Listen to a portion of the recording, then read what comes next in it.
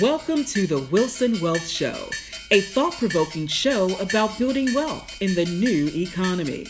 Each week, members of the Wilson Wealth team and their guests will discuss how to navigate the world of personal finance, stocks, real estate, and entrepreneurship to help you build wealth in the new economy. And now, here is your host, Ciera McCosh. Hello, everyone, and welcome back to the Wilson Wealth Show. My name is Ciera McCosh. Thank you all for joining us this week. Today, I have Maurice and special guest Bryan Woodward, financial services professional, experienced investor, and friend of Wilson Wealth Management. How are you all doing today? Hey, I'm doing good, Ciera. Happy to be here. It's good to hear your voice, Maurice. To talk about everything. Oh, yeah. We've got a great topic today. So, they are here today to discuss one of the craziest weeks on Wall Street in recent history, something that most investors have identified with a simple question: what's going on with GameStop? So, Maurice, fill us in. What happened last week with GameStop, and how did we get here? Definitely. This has been the I guess coalition of a lot of different trends in the market and in social media and in society. And we just had a flashpoint last week. And I was thinking of, how could I talk about this? How could I explain this in a way that was both interesting and made sense to just the average investor? And so I think back to when I first started investing. I opened up an account with a company called Daytech, and it was in 2000. And they were advertising as their unique selling proposition that they could complete a trade in 60 seconds. And that was a big deal. And I think I was paying maybe like $20 a trade or something like that. And my first stock was satellite radio. And so, I would come home every day, log into my account, look at the up and down, log into my 401k at Merrill Lynch, look at the up and down, and just kind of immerse myself in the stock market. And that was actually the dawn of online trading. The dot-com bubble was going on. People would go to centers and day trade. You come downstairs at lunch, folks would be on their computer and trading and whatnot. And fast forward to today, you can do all of that, at work, at your desk, while it looks like you're working. You can do it on your cell phone.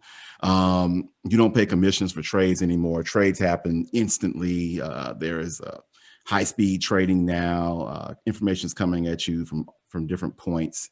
And it's just a different world. On top of that, we now have the social media platforms. So what started out with something like MySpace has now morphed into Facebook and Reddit and Twitter and other sites where people can get together and share ideas. Even Instagram, a medium meant for sharing pictures, has become a huge forum for investors. And the final trend is Robinhood. Robinhood has been the face of the trend to democratize investing. And so Robinhood, as a play on the term Robinhood, attracted, I think they have 18 million approved accounts. The average age is 31. So they have all these new first-time investors. And so these folks got together on a platform called Reddit and decided to squeeze a hedge fund on their short position. And I'm going to let Bryan tell us what a short squeeze is, what a short position is. I want him to kind of get in here and tell us what that's about. Please do. Yeah, thanks. So, a short squeeze is basically when an investor who has a short position being betting against a name. When you bet against a name, the same way you would go out and buy a stock and your expectation is that the stock will go up. A short seller is taking a bet or taking a position that it will go down. In either case, you're going to make money if you get what you are putting your bet on for. So if you're buying some shares and other people agree with you, and they come behind you and are willing to, purchase those same shares or that same equity at higher prices, then your price now goes up. Same thing with a short sale. You're betting that someone is willing to sell it lower than what you're willing to sell it at. The thing about what happened with GameStop is that the counterparty, so the folks that are on the back end of these trades, were allowed to actually sell more shares than were actually, even in the float. So the available shares that are out there, they went over 100% as far as how much was outstanding. So that really put them in a compromising position to where there's risk there. They're now shorting shares that don't exist. So it's basically, some people would argue, is gambling. And when that bet goes against you, it now becomes unlimited risk to the upside. And if you think about what a short sale is that you're betting that an equity would go to zero. So you pretty much know what your overall profit could be on a short trade. But the other side is that you have unlimited losses on the long end, or when someone buys shares, because in theory, a stock can go to infinity if it wanted to. So this is the problem that the institutional, in this case, would be Robinhood. The Robinhood also has deals behind the scenes that they have made in order to get these shares into the market. And it becomes now a liquidity question: is do you have the money to cover those particular bets if the price still goes up? Did that make sense? Yeah, I mean, definitely. I mean, basically, because we get this short question a lot. And it's something that the more you say it, the more it begins to make sense. And that's anybody, right? It's such a different concept because you're kind of saying some counterintuitive comments. I mean, first off, somebody's betting that a company is going to go down. That kind of runs contrary to what people think they should do on the stock market. So, what I tell people is basically, and Bryan, you can correct me, but you go to the market, you go to your brokerage firm, you go to Robinhood, and you say, I think this stock's going to go down. So you get to borrow, let's just say 100 shares at $10 a share. And then you immediately sell those shares, right? And then because you think it's going to go down, let's say it goes down to $5 a share, you come back in and buy 100 shares at $5 a share. The difference between where you sold and where you bought is your profit. And like you said earlier, now, if those shares start to go up in value, you've got to come back out and buy them at a higher price and start buying them at a loss. And that's what you call covering your bet, right? You're being squeezed and you got to cover your bet. And the Reddit crowd, or Wall Street Bets, they came in and put the squeeze on Wall Street. And like you said earlier, Wall Street had leveraged, or let's just say Wall Street had borrowed more shares than were actually out there. So if I'm not mistaken, you said liquidity. In short, there weren't enough shares to cover these bets. And so that's what led to the mania last week, if I'm not mistaken. Yeah. And another thing that contributed to it is that if any institutional investor shorts, or if there's a short interest, in this case, it would have been GameStop. If there's a short interest that's higher than 5%, that is public information. So, it was publicly available that, hey, where are the names that have a high short interest, meaning a lot of folks that are in these names that are betting for it to go down. And that became the target list. So a lot of these names that we're seeing, AMC is another one, and some other ones that we have that are out there that are all floating around Twitter. There's a common theme is that, hey, where are the highest short names? And that's what they went after, because in theory, you raise the price, and basically they got a lot of Reddit users to buy into the strategy, and basically bid the price up. And a lot of money came into these names, and it actually, because the institutional investors had already put positions on, they either scrambled to try to, satisfy the demand that was coming in to stop the price from going up. But when more buyers continue to come in, that is, a squeeze. You're basically getting squeezed to higher prices, to a point to where now, you start wondering, are you going to be able to get out of these trades with the amount of money that you have on hand? Definitely. So, Bryan, would you consider this to be a good or a bad thing? Well, that is, I think, the biggest debate that is happening right now. is asking, what happened, is what they did good or bad? And I would say it really depends on who you're asking that question to and what their positioning is. There are a lot of participants that are in the market that, feel as though if they are educated and they know they have access to the market, and, even if GameStop is at $500 a share, at $600, $700 a share, they're willing to purchase those shares at that price. There shouldn't be anything there to stop them. But, for every trade, there's someone on the other side of it. If you go to buy shares, there's someone on the other side that's selling those shares. So in this case, in a short squeeze, the deal was that, hey, you're taking risk, betting that a name will go lower or go to even to zero or out of business. And when that trade doesn't work out, the question is, should they be saved? Should someone come in to shut the stock down and allow, the other side to regroup? And I think that is a debate that's happening. But my personal opinion is that, this is the core definition of free markets. But I do believe in orderly markets, and I do believe that there should be, some speed limits. There should be some guidance and guidelines that go along with being able to access a free market. But I'm not a regulator, and I don't know exactly how you take the free market and make it not a free market anymore when you shut people out of it for the sole reason of controlling the price. So that I don't know. So Maurice, what do you think? Well, so I just think it's good right now because,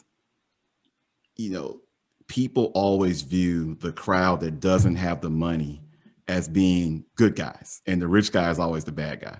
So, nobody thinks rich people have problems. So in this particular situation, the good guys won. But the mechanism that allowed this to happen, I just think, if the trade went against someone's 401k, let's say they're heavily weighted in a company's stock, and Reddit wants to take out, a bank stock that, a lot of bank people have stock options rewarded to them, or just have company stock options. They're matched in a company common stock fund. Healthcare workers are like this. Tech workers are like this. And so if we can just manipulate the market and just take out a stock, let's say Reddit decides to short a stock for the heck of it, because it's just, they don't want it to go up. That can be bad, because now somebody's 401k or savings got knocked out. I think it's ugly just in the sense of, you have to have orderly markets, like you said. And so if you don't have an orderly market, it just creates uncertainty. I personally had clients pause on putting new money to work, material amounts of money, just due to the kind of wild west nature of the market. And I thought about it. I talked with the Blavia's not on today, but I talked with the Blavi, and I said, if someone just wanted to use this in a different industry like real estate, we're just going to pick a neighborhood and start bidding up the prices of the homes in a neighborhood. A new home buyer would be loath to come and try to buy a home where one day the value is up 50%, the next day is down 50%. That's not stable. And so that's where it can get ugly, and that's where it's going to invite regulation, in my opinion. And so that's my take on it. It's bad and ugly.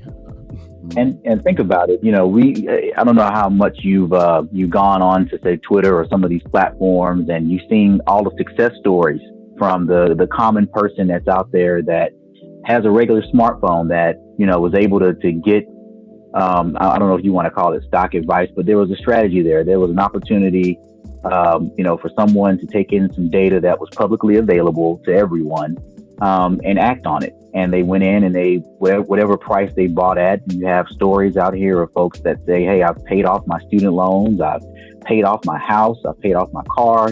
My life is better because I was able to interact with the markets. So, for on that side of the coin, I think that, people actually are having a good experience trading a free market with access that has never existed before, by way of smartphones. And this is something that is totally changed. I know a lot of people want to compare this to other times, in the past where we've had a lot of retail money, the quote unquote retail money, participate in the market. And that was an indication of a short-term top or a bubble that was getting ready to burst. But, I really, it's going to be very interesting and very fascinating to see, do these participants go away, or is this now the emergence, of a new class of investors that don't use the traditional metrics that traditional Wall Street investors used to use, and they are purely momentum traders that are coming in and are for the sole purpose of making money, which is why everyone invests, but how you do it and the decorum that's used in the traditional sense, I think it's left up to debate now, and I don't think anyone has an answer. But as of right now, I think that there on both sides of the coin, there's good and there's bad. So I just think it's fascinating. I completely agree with you, Bryan. I know many people personally who have gotten into this, and it has been life-changing money for them, So I have to agree that I do think it's a win for a lot of people. It is. A lot of the time it's been like really actually life-changing money, and they're like, "Oh my God, I can put a down payment on a house. I'm going to get a car. I can move into a nicer area." Like it's a big deal. So I think it's good in that way, but I do see both sides of the coin here after hearing you guys talk. Yeah, and I think the other thing is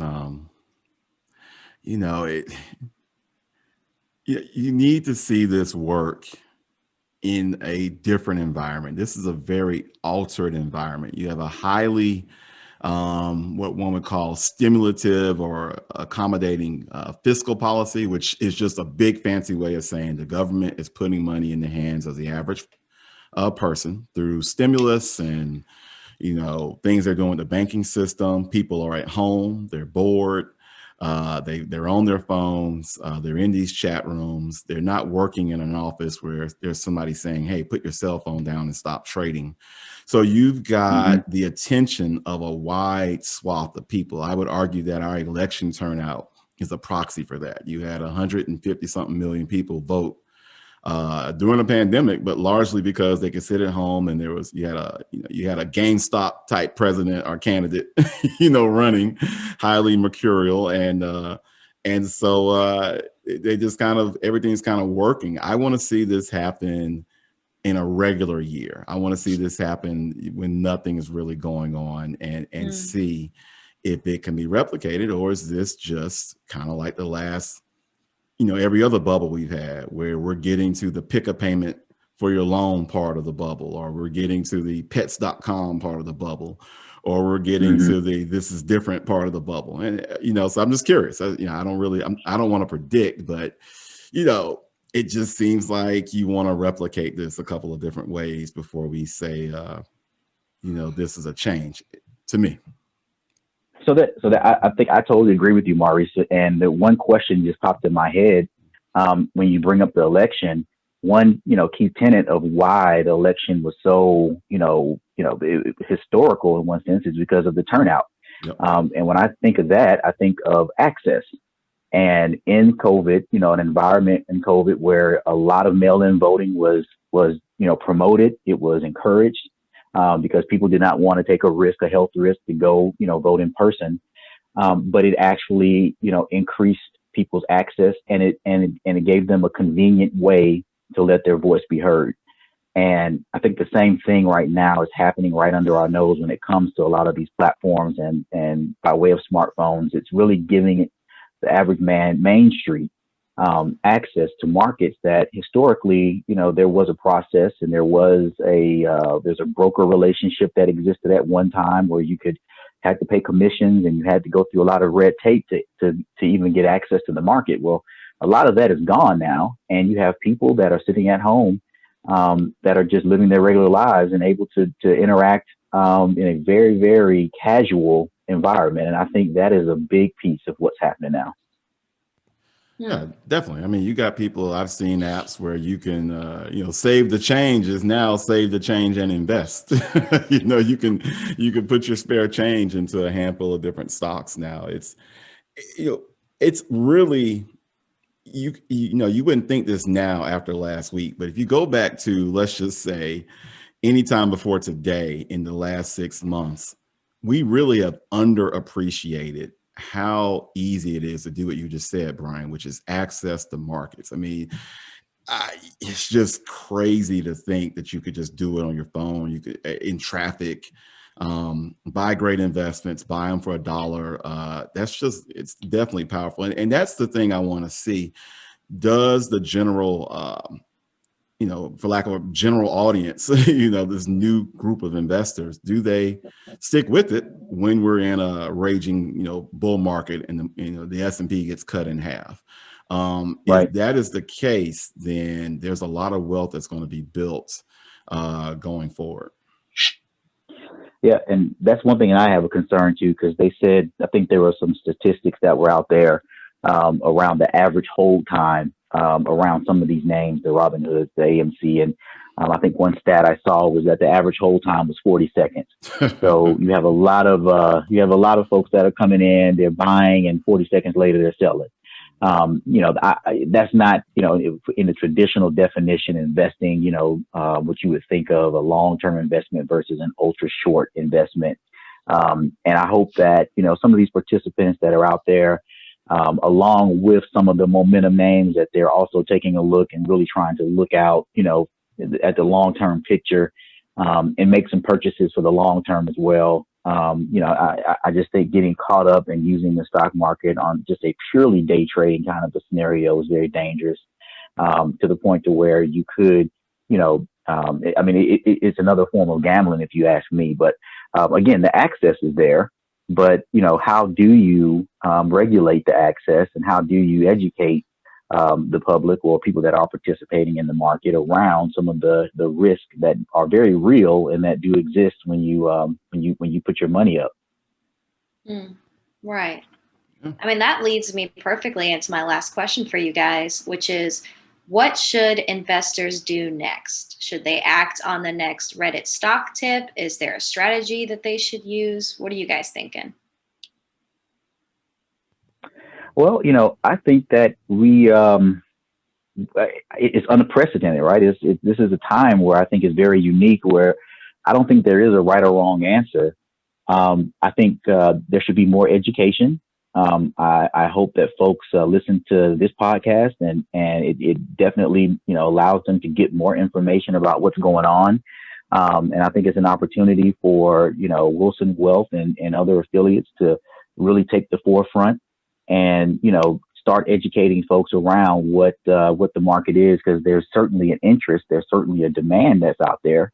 But there is two sides to every trade. So there are buyers and there are sellers, and at any point in time, a tide can shift. There can be disruptions or different things that can happen in the overall market that might upset what someone's expectation might have been. So I would hate for someone to come into the market with an expectation, with a positive expectation, and get disappointed because something didn't go their way, and they completely leave the marketplace forever. And the greatest wealth building mechanism that we know of right now is associated with building wealth through the stock market. So that is definitely a positive that people need to have in their toolbox. But I think there needs to be a little bit more education. I completely agree. What about you, Maurice? What are you thinking? Yeah, definitely. This is the greatest wealth building tool known to man. But this last week and the weeks leading up to this week in the GameStop, AMC, I'm going to say the name wrong, so I'm going to give the ticker symbol KOSS. These are lottery ticket gambling, style investments right now. I had a number of clients we did buy, but it was initiated by the client, and it was not uncommon for me to see what we bought, rally 50 something percent, close up 50 something percent at 4 p.m. when the markets close. And then in the aftermarket, see it go down, 50 something percent, only to open up 60 to 100% in the pre-market. That is a gambling event. But it doesn't mean clients can't participate or investors can't participate. It's just all about how much risk you take. So along with the education, there is just risk management. And that's something that your advisor can definitely do for you. And so I always give clients a percentage of their portfolio that we can do or expose to this type of gambling, if you will. And it's enough to be dangerous, but not enough to sink the ship. And, if it works out, it works out. If it doesn't, it doesn't. I did have a number of clients take certain risks in this kind of hurricane of stock mania and do very well. But there were times when they restricted those stocks where it wasn't the most pleasant feeling in the world. I definitely take my responsibility or role as an advisor seriously. So what I have done is I don't bring these investments to clients. I feel like if a doctor brings you a certain experimental medicine, even though he or she is telling you, hey, this is experimental, there are a lot of risks, you have a relationship with that doctor that says, hey, he's bringing it to me. They're telling me it's risky, but because they brought it to me, it must not be that bad. So I feel comfortable taking it. That's how I treat investments like this. There's an implied, guardianship, if you will, of my interest as a client when an advisor brings me an investment. So that's why it's been radio silence at Wilson Wealth on all of this stuff, because there's no way I'm going to bring you something that goes up 50% at 4 p.m. and down 40% in the overnight market and up 60%. That's gambling. But I will help you invest if you bring it to me. And that's been our strategy. That's fantastic. I mean, I couldn't have said that better than myself. It keeps you out of the SEC and FINRA and all the alphabet soups of regulation. I'll also add something else, Ciera. Yes. I also talked to my good buddy, Bryan Woodward, about all types of, we talked during the marijuana bubble. We talked during a number of different bubbles. So it helps to have someone who you can talk to and just kind of roll ideas off of, just to make sure you're not in your own echo chamber. And so I'm saying that to say it helps to have, no different than when you learn how to swim or you go to a lake and they say you need a buddy system. There needs to be somebody out there you can talk to that's looking out for you. I recommend all investors have somebody they can bounce ideas off of. Bryan and I go back to the, what was that head cam, Bryan? GoPro. GoPro. Yeah. Oh yeah. Bryan and I go back to the GoPro days. Right. Yep. And there's always going to be these types of names that exist in the market, especially in a bull market. And folks need to understand that, this is the nature of having a free market, and it's well within everyone's right, and it should be, to educate yourself and to have a risk management strategy if you don't know what that is, and having an advisor or having someone that's a little bit more experienced or seasoned in dealing with markets to set the proper expectations, because bull markets can really catch fire, as we're seeing right now. A lot of money being made, a lot of people broadcasting that a lot of money is being made. And we just came off of an administration that really, touted themselves as their report card being tied to the stock market, which in itself, put a lot of light and a lot of attention on the stock market. And a lot of people would argue that there is a difference between the actual stock market and then the real world and Main Street that actually is out there. So anything can happen. A GameStop can be on the brink of going bankrupt, and now some would argue that they have a shot now, and all these other names to actually come back to life by way of social media and folks trying to make money. But totally agree. Bull markets will generate this, but I just hope people do their education. Just know that these stocks, as Warren Buffett would say, they're like trees. They do not grow. They do not grow to the sky.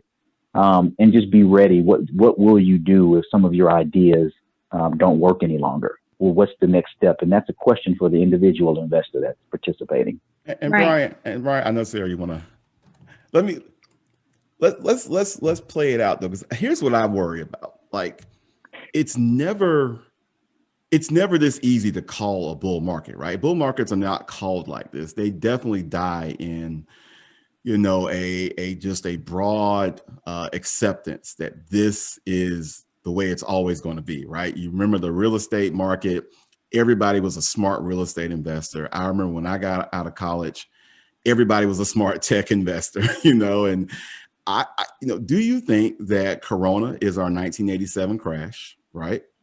And this is the start. And we got new ways to invest, much like we had in the 90s when the internet got going. Is this the start of a new super cycle? We got a lot of new technology, electric vehicles. We got to redo. Climate change is widely accepted now. I mean, to where we're starting to monetize solutions. Are we at the dawn, in your opinion? I know you don't want to predict, of a new cycle where this is just, hey, this is time to really get loose. What do you think? That's a good question again. I just really have been, thrown on my heels and really, just really realizing how widespread and successful social media / the Robinhood, the access to platforms, the zero commissions for making trades, just really how easy it is to come into the marketplace. And I'm not that good to call and if this is the end or beginning. I am traditionally, a lot of my investments are long-term in nature. So I look for opportunities, to put my money to work where I can long-term.